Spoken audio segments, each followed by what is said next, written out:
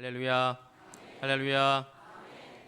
하나님은 사랑이시다라는 말을 우리가 잘 알고 있죠. 요한 1서에 나오는 말씀, 우리가 입으로 말하기도 하고 늘 자주 듣는 말이기도 하고, 하나님은 사랑이시다 하는 말을 우리가 익히 알고 있습니다. 그런데 좀 곰곰이 생각을 해보면 이 하나님은 사랑이시다라는 말이 우리 성도님들에게는 좀 이렇게 피부에 와닿는 말이 아닌 것 같은 느낌을 받을 때가 있습니다. 그 이유는 아주 단순합니다. 왜 하나님은 사랑이시다라는 말이 우리가 이렇게 좀 확 마음에 와닿거나 피부에 느껴지지 않는 것일까? 하나님하고 이 사랑이 조금 어려운 말로 말씀을 드리면 관념적이기 때문이죠. 하나님은 영적인 존재여서 우리의 눈에 보이시는 분이 아니지요. 우리 하나님을 이렇게 만질 수가 없어요. 만지면 참 좋을 것 같은데 느껴지지가 않는 분이에요. 영적인 존재이시고, 또한 사랑도 물질이 아닙니다. 만져지는 게 아니에요. 사랑도. 또 사랑은 이 아주 감정이라는 게 주관적이어서 같은 동일한 상대 비슷한 환경에서도 어떤 사람은 무언가 이렇게 좋은 감정이 생기는 반면 또 다른 사람은 전혀 아무런 느낌이 안 들기도 하는 것이 사랑이라는 것이기 때문에 하나님과 사랑이 둘 다 관념적이니까 이 관념적인 걸 두 개를 가지고 이렇게 비교를 하려다 보니까 이게 좀 마음에 확 와닿지도 않고 피부에 느껴지지도 않는 것 같은 느낌을 받게 된다는 것이죠.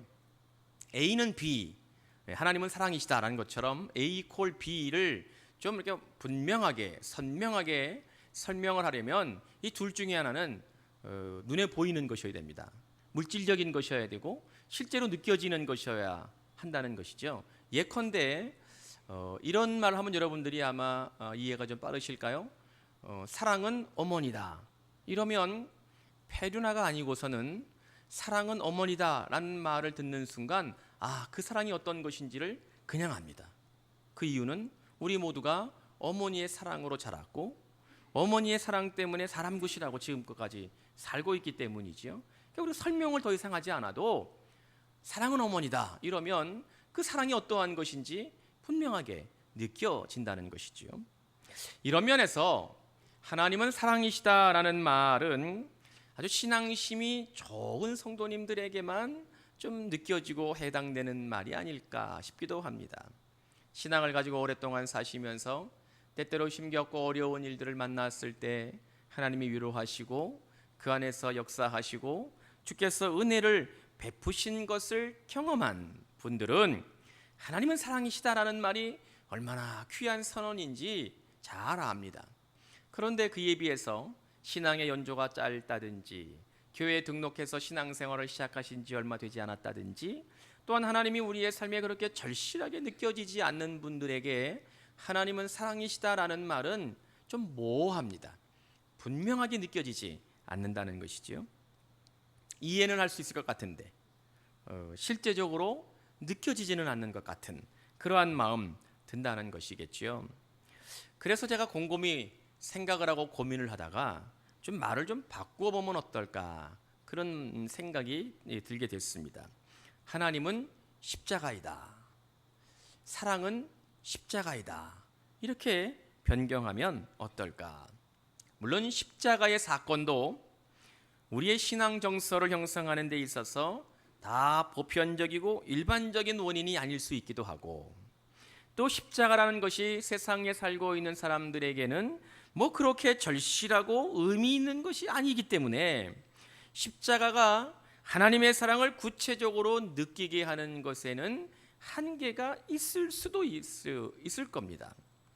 그럼에도 불구하고 십자가는 역사상에 일어났던 생생한 사건이기 때문에 비록 오래전에 있은 일이었지만 우리나라에 생겼던 일은 아니었지만 이스라엘 땅에 2000여 년 전에 주께서 십자가에 달려 죽으시는 역사적 사건이 실제했기 때문에 성경에만 그냥 상상으로 기록해 놓은 것이 아니라 역사적으로 실제했던 사건이기 때문에 뿐만 아니라 우리 모두가 예배하러 하나님의 존전에 나오면 우리의 눈으로 늘 십자가를 볼 수 있기 때문에 그래도 십자가를 통하여 하나님의 사랑을 경험하게 하는 것이 훨씬 더 수월하지 않을까 그런 생각을 하게 됐다는 것이지요.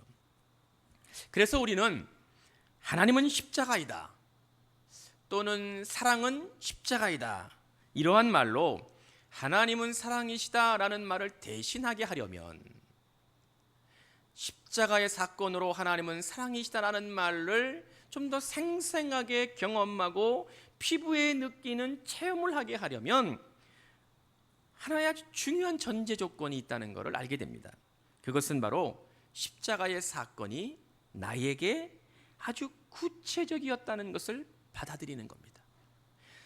십자가의 사건이 여러분들 한 분 한 분에게 아주 구체적으로 일어났던 사건이라는 걸 믿고 인정하고 받아들이는 전제가 있어야 한다는 것이지요.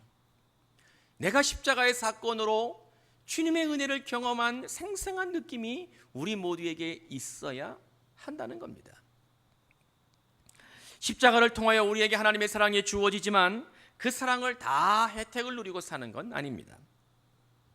십자가의 사건을 내 사건으로 받아들인 사람, 십자가가 나를 위한 것이었음을 인정하는 사람, 십자가의 죽으심이 나 때문에 일어난 것이라는 것을 믿음으로 고백하는 사람에게 있어서만 하나님의 사랑이 경험되고 주님의 능력이 체험되는 것이라는 걸 믿으시기 바랍니다.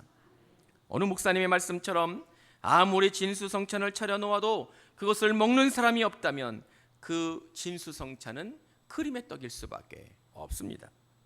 하나님의 사랑을 깨닫지 못하며 살면서 아무리 하나님의 사랑이 성경에서 기록되고 강단에서 선포된다 할지라도 그 사랑을 누리지 못하고 살아갈 수밖에 없는 것과 다를 바가 없다는 것이죠. 하나님의 우리를 사랑하심을 십자가를 통하여 느끼고 십자가를 통하여 경험하며 십자가의 사건을 통하여 생생하게 여러분들의 삶의 현장에서 누리워질 수 있기를 주님의 이름으로 축원합니다. 축원합니다. 찬송을 좀 하나 다 같이 부르려고 합니다. 조금 있다가 설교가 끝나고 나서 마지막에 함께 더 부를 찬송이긴 하지만 오늘 설교와 밀접한 연관이 있는 찬송이어서 찬송을 좀 함께 하겠습니다. 415장 십자가 그늘 아래라는 찬송을 우리 가사를 좀 생각하면서 함께 부르겠습니다.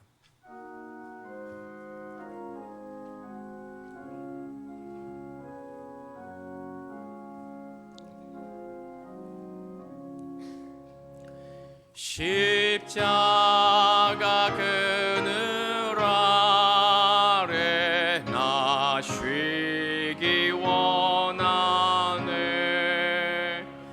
저 햇볕이 뜨겁고 또 짐이 무거워. 이 광야 같은 세상에 늘 방황할 때에 주 십자가의 그늘에 내 쉴 곳 찾았네.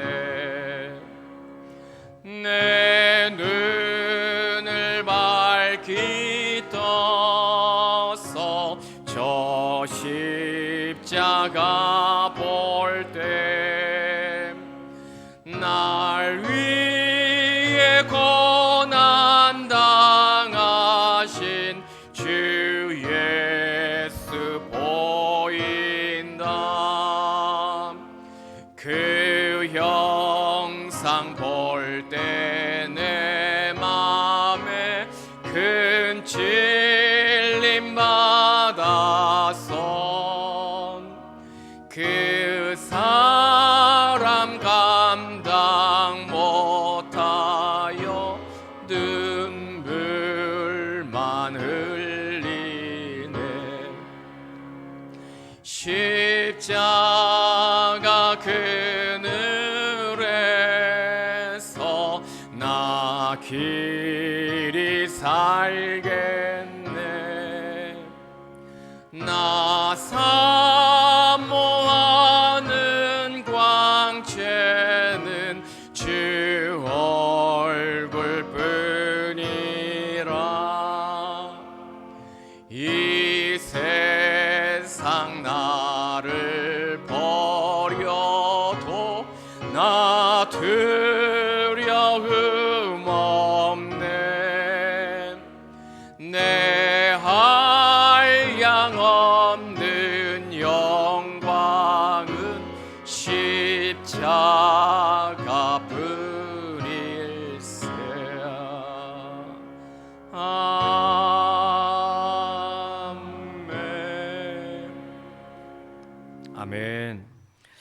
십자가 그늘 아래 머물면서 십자가로 주의 사랑을 경험하시는 우리 모두가 될 수 있기를 축원합니다.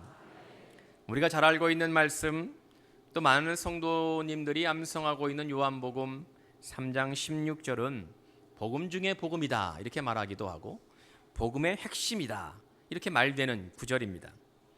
우리나라의 어느 유명한 목사님, 한국 교회를 이끌었던 유명한 목사님이 은퇴하시면서 후배 목사님에게, 목회하는 후배 목사들에게 조언을 한마디 해주면 좋겠습니다, 그런 부탁을 받았어요.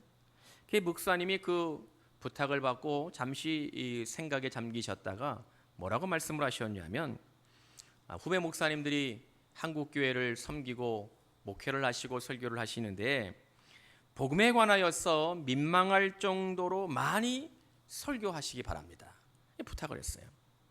복음에 관한 설교는 아무리 많이 하더라도 지나침이 없다는 거죠. 예수 그리스도에 관하여 선포하는 건 자주 하더라도 부족함이 없다는 그러한 부탁이었습니다. 할 수만 있으면 예배 시간에 복음에 관한 설교, 예수 그리스도에 관한 설교를 자주 해야 된다는 절박함이 담겨 있는 부탁의 말씀이었습니다. 저는 이 말씀을 처음 듣는 순간, 아니 성도들이 얼마나 더 많이 복음에 관하여 들어야 되나, 아니 그동안도 매일 듣는 게 예수 그리스도에 관한 이야기인데 얼마나 더 많이 복음에 관하여서 예수 그리스도에 관하여 설교를 들어야 하나, 이런 생각이 문득 들었습니다. 그런데 가만히 생각해 보니까 진리는 아주 단순했어. 진리는 단순하기 때문에 자주 반복되어도 절대로 지루하지 않다는 거예요. 진리는 매 순간마다 진리로 존재하기 때문에 십자가 예수 그리스도를 잘 알고 있다고 생각하는 성도들에게까지도 복음은, 십자가는, 예수 그리스도는 진리로 우리를 날마다 새롭게 하는 능력이 된다는 것을 깨닫게 되셨을 때 되었습니다. 진리이신 예수 그리스도가 여러분들의 삶을 날마다 새롭게 하고 여러분들에게 주의 능력을 경험하게 하실 수 있도록 복음에 관하여 집중하시는 우리 모두가 되실 수 있기를 축원합니다. 진리이신 예수 그리스도를 통하여 복된 소식을 들을 때마다 우리 사랑하는 성광의 성도님들의 삶의 자리 위에 하나님의 은혜가 더욱더 충만하고 가득하실 수 있기를 간절히 기원합니다. 또 분명한 것이 하나 있는데, 그것은 우리들이 진리이신 예수님 십자가의 사건, 하나님의 놀라운 사랑에 대하여 잘 알고 있는 것 같지만 실제로 우리의 삶의 십자가의 사건, 진리이신 예수님 복음, 하나님의 사랑은 그저 막연한 느낌으로 있을 때가 훨씬 더 많다는 것이요. 구체적으로 성도들의 삶 속에 복음이 적용되지 않는 경우가 허다하게 많이 있다는 겁니다. 그렇기 때문에 교회 공동체는 할 수만 있으면 복음을 많이 선포하고 복음을 자주 선포하고 우리 모두는 복음에 관하여 집중하며 복음을 귀에 기울이는 그러한 은혜가 있어야 될 줄로 믿습니다. 여러분은 예수 그리스도 십자가를 통하여 실현된 하나님의 사랑에 더욱더 집중하시고 그 사랑이 여러분들의 삶 속에 실제적으로 일어나는 능력이 되어 경험하시는 믿음의 승리자들이 되셔야 될 줄로 믿습니다.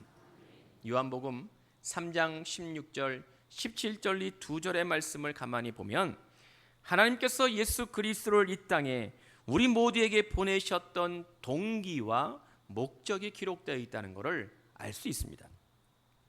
오늘 본문을 통하여 하나님이 예수님을 이 땅에 보내셨던 그 사랑, 그 동기는 하나님의 사랑이었습니다. 동기는 하나님의 사랑이었고 그 목적은 구원과 영생입니다. 목적은 구원과 영생입니다.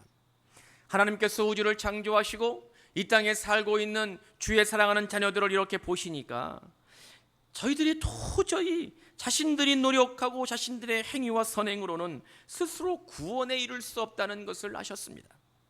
아담의 타락으로부터 흐르기 시작했던 원죄를 저들 스스로 도저히 끊어낼 능력이 없다는 것을 하나님이 잘 아셨습니다. 원죄로 인하여 날마다 죄 가운데 빠져서 허덕이며 살아갈 수밖에 없는 저들을 우리들을 불쌍히 보셨습니다. 아무리 좀 바르게 살려고 해도, 내 의지를 가지고 죄를 짓지 않으려고 해도 마치 죄에 중독된 자들처럼 그 죄를 또 반복하고 그 죄를 또 짓고 살아가고 있는 우리를 보면서 하나님께서 마음 아파하셨습니다.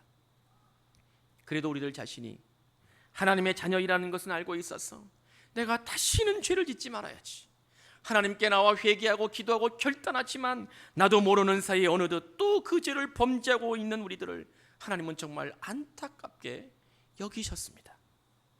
바로 그 하나님의 마음이 오늘 본문 16절, 하나님이 세상을 이처럼 사랑하사, 예수님을 우리에게로 보내기로 결단하신 그 동기라는 것을 깨달아 아는 성도들 되시기를 축원합니다. 세상에 다른 많은 종교들이 있지요. 그 종교들도 우리와 비슷하게 구원이라는 것을 이야기합니다. 그런데 그들이 말하는 구원의 실체는, 다른 종교에서 말하는 구원의 목적은 일종의 도덕적 삶을 사는 겁니다. 생명이 있는 동안에 윤리적으로 사는 것이지요. 인간성을 회복하고 서로 사랑하고 자비를 베풀고 사람답게 사는 것, 이것이 바로 다른 종교에서 말하는 구원의 전부입니다. 그들이 이러한 저러한 말로 표현하고 설명하기도 하지만 결국 현생의 삶을 얼마나 우리가 의미 있게 살 건가, 사람답게 살고자 하는 목적을 다른 종교들이 가지고 있습니다. 그런데 우리 기독교는 저들과 다릅니다. 물론 우리들도 다른 종교에서 이야기하는 것처럼 도덕적인 삶도 중요하고 윤리적인 모습도 우리에게 중요하고 사랑, 자비, 인간성 회복도 우리 모두가 중요하게 생각하는 신앙적인 가치이지만 그것이 우리에게 전부가 아닙니다. 우리의 궁극적인 목적은 죄 그 자체로부터 완전하게 벗어나서 죄의 속박으로부터 완벽하게 해방되어 죄의 굴레로부터 완전하게 노임받아 구원에 이르러 영원한 삶, 이 땅에서의 삶이 전부가 아니라 하나님의 나라에서 영원히 살 수 있다는 것임을 믿으시기 바랍니다. 이것이 바로 우리 기독교가 가지고 있는 다른 종교와 비교되는, 구별되는 독특한 모습입니다. 다른 종교는 이 세상에서의 도덕적이고 윤리적이고 인간성 회복의 그 목적을 두고 있기 때문에 그들에게 있어서 중요한 건 우리가 어떻게 사는가입니다. 행위가 중요하다는 거예요. 행위가. 현생에서의 삶의 모습, 그 행위가 심판의 기준이 되고 있습니다. 선하게 살면 다음 생에 좋은 모습으로 태어난다는 것이죠. 착하게 살면 내세에서도 행복하게 살 수 있다는 것입니다.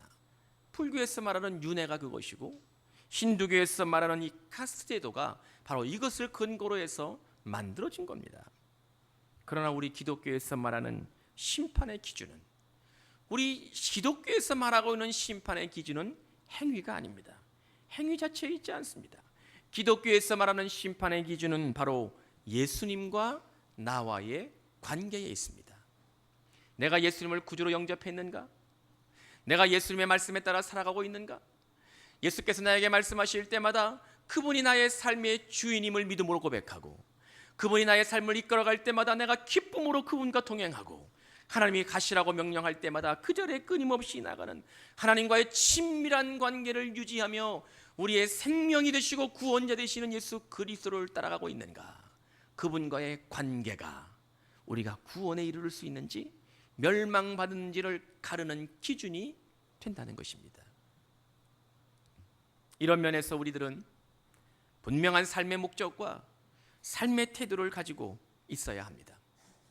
우리는 이 땅을 살아가는 동안 하나님이 주시는 생명의 연안에서 이룰 수 있는 것들은 이루고 누릴 수 있는 것들은 누리고 얻을 수 있는 것들은 얻으며 살아야 되지만 여러분들의 삶은 지금 여기 이곳이 끝이 아니라 우리 모두가 반드시 가야 하는 나라, 영원한 하나님의 품이 있다는 것을 잊지 마시기를 기원합니다. 하나님의 사랑은 항상 영원한 생명, 영생에 초점이 맞추어져 있습니다. 혹시 여러분들 중에 이렇게 말씀을 드리면 영생이라는 것이, 영원한 삶이라는 것이 오늘 나에게 당장 필요한 것이 아니고 앞으로 내가 한 30년, 50년 더 살 텐데 그때 필요한 거지, 당장 나에게는 이게 무슨 의미가 영생이라는 것이 있겠나? 지금 나에게 필요한 건 빵이고, 지금 나에게 더 절실한 것은 돈이고, 지금은 내가 취직하고 성공하고 나의 삶의 문제를 해결하는 것이 더 급박한 것이지 영생이 나에게 그렇게 절박한 문제일 수 있겠는가? 이러한 생각을 하시는 분이 계실런지 모르겠습니다. 그러한 의문 충분히 이해할 수 있습니다. 그러한 물음 충분히 그럴 수 있다고 생각됩니다. 그러나 영생은, 영원한 삶이 바로 우리 모두의 삶의 목적이고 우리 모두가 가야 할 지향점이고 우리 성광의 모든 성도들이 궁극적으로 도달해야 되는 끝이라는 것, 그거 하나만큼은 어떠한 일이 있어도 잊지 않는 성도들 되시기를 기원합니다. 오늘을 바라보면 당장 필요한 것들 때문에 불평이 나오기도 하고 원망이 생기기도 하고 걱정이 가득하기도 하지만 다른 시각으로 우리가 내일을 볼 수 있다면 당장의 어려움을 다른 마음으로, 다른 시각으로 받아들일 수 있습니다. 그럴 수 있는 이유가 있다면 내가 결국은 구원받아 영원한 삶을 살게 되는 하나님의 자녀이기 때문입니다. 우리는 영생의 삶을 보장받은 하나님의 사랑하는 자녀들이기 때문입니다. 오늘 말씀을 통하여 이것을 새롭게 깨닫는 성도들 되실 수 있기를 기원합니다.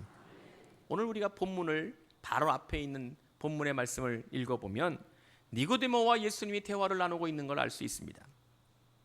이것을 보면 우리가 오늘의 삶보다는 영생의 삶이 중요하다는 것이 분명하게 보여집니다. 니고데모의 관심은 오늘, 지금 여기에 있었습니다. 그래서 주께서 니고데모를 향하여 사람이 물과 성령으로 다시 나지 아니하면 하나님의 나라에 들어갈 수 없느니라 이렇게 말씀하신 것을 니고데모는 절대로 이해할 수 없었습니다. 아니 어떻게 사람이 다시 태어날 수 있다는 거지? 어머니의 뱃속으로부터 났으면 그것으로 끝나는 거지 내가 어떻게 어머니의 몸속으로 다시 들어갔다가 다시 태어날 수 있다는 것인가? 니고데모는 이해가 되지도 않고 받아들여지지도 않는 말이었습니다.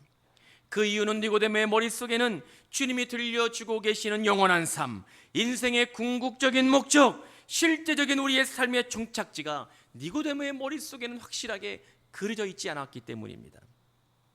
그러한 니고데모에게 들려주셨던 주님의 음성, 주님의 대화를 우리가 기억하며 주님의 의도를 근거해서 오늘 요한복음 3장 16절의 말씀을 다시 읽어보면 아 그래, 우리가 가야 할 곳이 있구나, 우리가 무엇을 바라보고 살아야 되는 것이구나, 지금의 삶이 아니라 영원한 삶이구나, 우리 모두가 영생을 새롭게 바라보아야 되는 주의 백성임을 믿음으로 깨달아 아는 은혜가 있기를 축원합니다.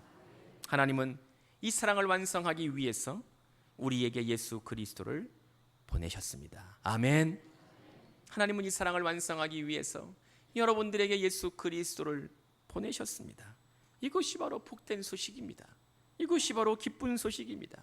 이것이 바로 복음이라는 것을 믿으시기 바랍니다. 복음인 이유는 내가 구원받는 일에 아무것도 한 일이 없기 때문입니다. 여러분이 구원을 얻고 영원한 삶을 살게 되는 기회와 은혜를 얻었음에도 불구하고 내가 나의 구원을 위하여 여러분들이 영원한 삶을 얻기 위해서 여러분들이 한 일이 아무것도 없기 때문입니다. 구원을 얻었는데 그 구원이 그냥 공짜라는 거예요. 맞습니다. 구원은 하나님의 전격적인 선물이었습니다. 그 은혜를 우리 모두는 선물로 받았습니다. 세상에는 공짜가 없습니다. 준 만큼 받아야 되고 받은 만큼 주어야 되는 게 세상의 이치고 세상의 진리입니다. 무조건 주기만 하는 것, 받는 것도 없는데 줄 수만 있는 것, 이것은 분명 일상적인 일은 아닙니다. 그렇기 때문에 하나님의 사랑은 특별할 수밖에 없습니다. 하나님의 사랑은 일방적이기 때문입니다. 하나님의 사랑은 조건적이지 않습니다. 하나님은 그분의 사랑하는 자녀에게 그냥 사랑을 그냥 주십니다. 우리에게 무언가 받기 위해 사랑을 주시는 분이 아닙니다. 하나님은 하나님 자체로서 완벽하시고 완전하신 분이기 때문에 우리가 하나님께 무언가 드려야지만 하나님의 완성이 이루어지고, 여러분들이 하나님께 특별하게 무언가를 바쳐야지만 하나님이 행복하시고, 여러분들이 하나님께 무언가를 절실하게 드려야지만 하나님의 부족한 점들이 채워지는 분이 아닙니다. 하나님은 하나님 한 분만으로 완벽하신 분입니다. 우리의 도움이 필요한 분이 아닙니다. 여러분들이 무언가를 드려야지만 행복하신 분이 아닙니다. 하나님은 우리를 사랑하시는데 여러분들로부터 무언가를 원하고 무언가를 받기 위해서 우리를 사랑하는 분이 아니시라는 거예요. 하나님의 사랑은 그저 일방적이어서 특별할 수밖에 없습니다. 그냥 여러분들은 하나님 앞으로 나와 그분의 사랑을 받으면 됩니다. 내가 하나님의 사랑을 받는 주의 자녀라는 것을 인정하면 끝나는 겁니다. 그러면 여러분들은 하나님의 사랑을 누리고 그 사랑으로 위로받고 그 사랑 때문에 구원에 이르고 그 사랑으로 인하여 영원한 삶을 살게 되는 은혜를 선물로 받는다는 것을 믿으시기 바랍니다. 하나님의 사랑은 지속적입니다.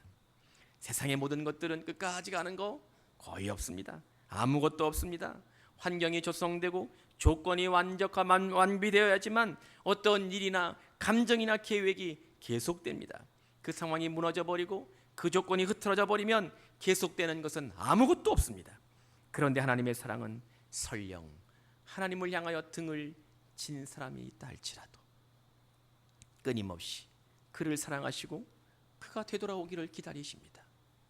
예수 그리스도를 통하여 하나님의 사랑을 깨닫고 구원의 은혜를 선물로 받았지만 우리의 약함 때문에 넘어지고 쓰러져서 하나님을 떠나가는 사람이 있다 할지라도 하나님은 그 사람을 향하여 끊임없이 사랑을 베푸시고 하나님 품으로 다시 돌아오기를 간절한 마음으로 애타는 마음으로 기다리시는 분, 그것이 바로 하나님의 사랑이라는 것을 깨달아 아는 우리 모두가 될 수 있기를 축원합니다.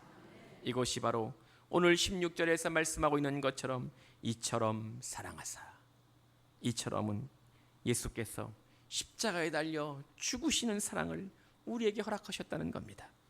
하나님은 그분의 사랑을 온전하게 이루기 위해서 예수 그리스도를 이 땅에 보내셨고 그분을 십자가에 달려 죽게 하시는 것을 통하여 하나님의 사랑을 완성하셨습니다. 예수께서 십자가에 달려 죽으시기 전까지는 이 세상의 그 누구도 자신의 목숨을 버리면서까지 하나님이 나를 사랑하실 것이라고 상상조차 하지 못하고 살았습니다. 그저 나의 죄 대신을, 죄 지은 것을 대신해서 흠없는 동물 하나 잡아다가 나를 대신하여 피 흘리게 만들고 나를 대신하여 죽게 해서 제사하는 것만으로 하나님의 사랑을 이해하고 있었던 바로 그 시절에 하나님은 전격적으로 자신의 몸을 십자가에 달리시는 것을 결행하셨습니다. 하나님 자신이 십자가에 달려 죽으셔야지만 그 사랑이 온전하게 이루어질 수 있다는 것을 하나님이 정말로 잘 알고 계셨기 때문이었습니다. 누구도 대신할 수 없는 죽음, 누구도 대신할 수 없는 죽음, 그것은 누구도 대신할 수 없는 사랑으로 완성되었음을 믿으시기 바랍니다. 성경을 좀 다시 찾겠습니다. 요한복음 3장 16절 17절 말씀을 우리가 좀 다시 한번 읽으려고 합니다. 그런데 지금은 요한복음 3장 16절을 읽으실 때 그냥 읽는 것이 아니라 세 군데에 자신의 이름을, 내 이름을 넣어서 읽을 겁니다. 제가 여러분들에게 다시 한번 알려드리면, 하나님이 세상을 이처럼 사랑하사 독생자를 주셨으니 그를 믿는 자마다의 내 이름, 조한석. 여러분들 조한석이라고 부르면 안 돼. 예? 여러분들 이름 넣는 거예요. 여러분들 이름. 거기에 한번 멸망하지 않고 영생을 얻게 하려 하심이라. 하나님이 그 아들을 세상에 보내신 것은 두 번째 세상, 거기에 조한석, 여러분들의 이름을 넣어서 심판하려 하심이 아니요 그로 말미암아 세상에 조한석, 자신의 이름을 넣어서 구원을 받게 하려 하심이라. 이게 읽는 겁니다. 세 번 자마다에, 그리고 17절에 두 번째 세상, 세 번째 세상에 자신의 이름을 넣어가지고 이 말씀을 다시 한번 읽어보겠습니다. 시작. 하나님이 세상을 이처럼 사랑하사 독생자를 주셨으니 그를 믿는 조한석을 멸망하지 않고 영생을 얻게 하려 하심이라. 하나님이 그 아들을 세상에 보내신 것은 조한석을 심판하려 하심이 아니요 그로 말미암아 조한석이 구원을 얻게 하려 하심이라. 제가 들어보니까 누군가가 저 대신 조한석을 이름을 넣고 하신 분이 계신 것 같아요. 제 귀에 들렸어요. 여러분들이 왜 내 이름을 거기다 다 집어넣어? 자기 이름은 집어넣어. 다시 읽겠습니다. 요한복음 3장 16절 17절을 세 번을 자기 이름을 넣어가지고 정말 간절한 마음으로 고백하면서 다시 한번 함께 읽겠습니다. 하나님이 세상을 이처럼 사랑하사 독생자를 주셨으니 그를 믿는 조한석을 멸망하지 않고 영생을 얻게 하려 하심이라. 하나님이 그 아들을 세상에 보내신 것은 조한석을 심판하려 하심이 아니요 그로 말미암아 조한석이 구원을 얻게 하려 하심이라. 아멘. 다 같이 아멘. 사랑하는 성광의 성도님들, 이러한 하나님의 사랑을 여러분들 믿으십니까? 그 사랑을 누리고 경험하며 살고 계십니까? 제가 9월을 시작하면서 특별 새벽 기도회를 할 때 마태복음이 전하는 복음을 전하는 새벽에 임마누엘, 하나님이 나와 함께 하시다, 그 말씀을 함께 가지고 마태복음이 전하는 복음에 관하여 묵상했습니다. 여러분들 기억하시리라 믿습니다. 임마누엘, 하나님이 내 안에 함께 하시면 우리 안에 기쁨이 충만해집니다. 그런데 그 임마누엘, 하나님이 함께 하시면서 누리워지는 기쁨은 세상이 주는 기쁨과는 본질적으로 다릅니다. 쾌락, 즐거움, 행복, 만족함, 이것이 아니라 하나님이 내 안에 함께 하시면, 임마누엘 하시면 그 기쁨은 우리에게 평안함과 담대함으로 내적 증거를 갖는다는 말씀을 나누었습니다. 이와 같이 하나님의 사랑은 사람으로부터 사랑받을 때처럼 느껴지는 그런 거 있잖아요. 따뜻함, 안정감, 기쁨, 만족감, 이런 거 아닙니다. 하나님으로부터 사랑받는다는 건 사람으로부터 사랑받을 때처럼 느껴지는 그런 거 아닙니다. 그럴 수밖에 없어요. 하나님은 영적 존재이시기 때문에. 하나님의 사랑은 그럼 무엇일까요? 하나님의 사랑은 우리에게 어떻게 경험되고 느껴지는 걸까요? 사람으로부터 사랑받을 것 같은 따스함, 안정감, 기쁨, 만족감, 이런 것이 아니라면 하나님의 사랑은 우리에게 어떻게 증거되는 걸까요? 어떻게 느껴지는 걸까요? 하나님의 사랑은 영원한 나라에 대한 소망으로 우리에게 찾아옵니다. 하나님의 사랑은 영원한 나라에 대한 소망으로 우리에게 찾아옵니다. 하나님께서 여러분을 사랑하고 계시기 때문에, 여러분들이 하나님으로부터 사랑받는 존재이기 때문에 지금의 어떠한 고난이나 힘겨운 일상이나 해결되지 않는 어려움도 그것이 우리에게 고난으로 여겨지지 아니하고 힘겹게 느껴지지 아니고 어렵다고 생각하게 되지 않게 되는데, 그것은 바로 그 사랑이 여러분들에게 하나님이 주시는 소망 때문이라는 것을 깨달아 알 수 있기를 축원합니다. 하나님의 사랑, 십자가를 통하여 완성된 그분의 사랑, 예수 그리스도께서 나를 대신하여 죽으심으로 그 거저 주신 그 사랑은 결국 영원한 나라에 대한 소망이라는 것을 믿으시기를 축원합니다. 그 소망이 하나님의 사랑을 알게 합니다. 그 소망이 하나님의 사랑이 어떠한 것인지를 우리에게 경험하게 하는 겁니다. 그 소망은 여러분들이 열심히 살고 땀 흘려서 가질 수 있는 그러한 종류의 소망이 아닙니다. 그 소망은 여러분들이 가진 능력 때문에 이 땅에 주어지는 희망도 아닙니다. 그 소망은 오직 하나님으로부터 인해지는, 여러분들에게 주어지는 최고의 선물이라는 것을 믿으시기 바랍니다. 그렇기 때문에 여러분들은 스스로 내가 하나님의 사랑을 받는다는 걸 몸소 느낄 수 있습니다. 내가 하나님의 사랑을 받고 살아간다는 것을 생생하게 체험할 수 있습니다. 그것은 여러분들이 결코 흔들릴 수 없는 소망이 여러분들에게 주어졌기 때문입니다. 어떠한 경우에도 변하지 않는 그 소망, 하늘나라에 대한 소망, 하나님의 품에서 영원히 살게 되었다는 그 놀라운 소망, 여러분들의 삶이 궁극적으로 도달해야만 하는 천국 시민이 되었다는 그 놀라운 소망이 하나님의 사랑으로 인하여 우리를 위로하고 여러분들의 삶의 힘이 되고 여러분들의 삶의 능력이 되는 근원적 하나님의 사랑이 된다는 것을 깨달을 수 있기를 축원합니다. 혹시 어쩔 수 없는 죄로 인해서 마음이 힘드신 성도 계십니까? 죄의 문제가 해결되지 않아서 힘겨워하시는 분 계십니까? 해결되지 않은 삶의 문제 때문에 어려움을 느끼시는 성도가 계십니까? 사람과 세상으로 인하여 받은 상처가 지속적으로 괴롭힘을 당하는 성도가 계십니까? 그렇다면 여러분들께 하나님이 보여주시는 그 놀라운 사랑, 하나님의 나라를 허락하시고 영원한 삶을 살기로 소망을 우리에게 허락하셨다는 것을 믿음의 눈으로 깨달을 수 있기를 바랍니다. 여러분은 소망 없이 사는 버림받는 사람이 아닙니다. 버림받아 살고 있는 사람들이 아닙니다. 여러분들에게 하나님은 소망을 갖게 하셨습니다. 할렐루야. 하나님은 여러분들에게 영원한 소망을 허락하셨습니다. 그 소망 안에서 하나님을 꿈꾸며 살게 하셨습니다. 은혜 안에 살 수 있도록 우리를 이끌어 가고 계십니다. 그 소망 때문에 삶에서 참된 하나님의 사랑을 피부로 느끼고 경험하고 살 수 있는 힘과 능력을 허락해 주셨습니다. 사랑하는 성광의 성도들, 하늘을 향하여 눈을 드시기 바랍니다. 하나님께서 여러분들 한 분 한 분을 사랑하십니다. 하나님이 여러분들을 사랑하십니다.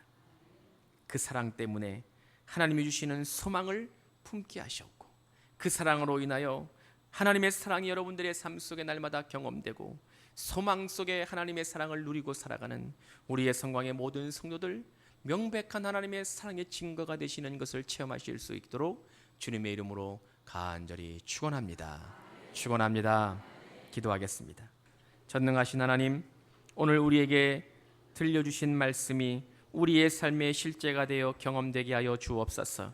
하나님의 사랑이 우리의 삶의 소망이 되어 나타나셨음을 분명하게 깨달아서 이 땅을 살아가는 동안 하나님의 사랑으로 그 소망이 우리의 삶의 명백한 하나님의 사랑의 증거가 되는 은혜의 삶을 살게 하여 주옵소서. 예수님의 이름으로 기도하옵나이다. 아멘.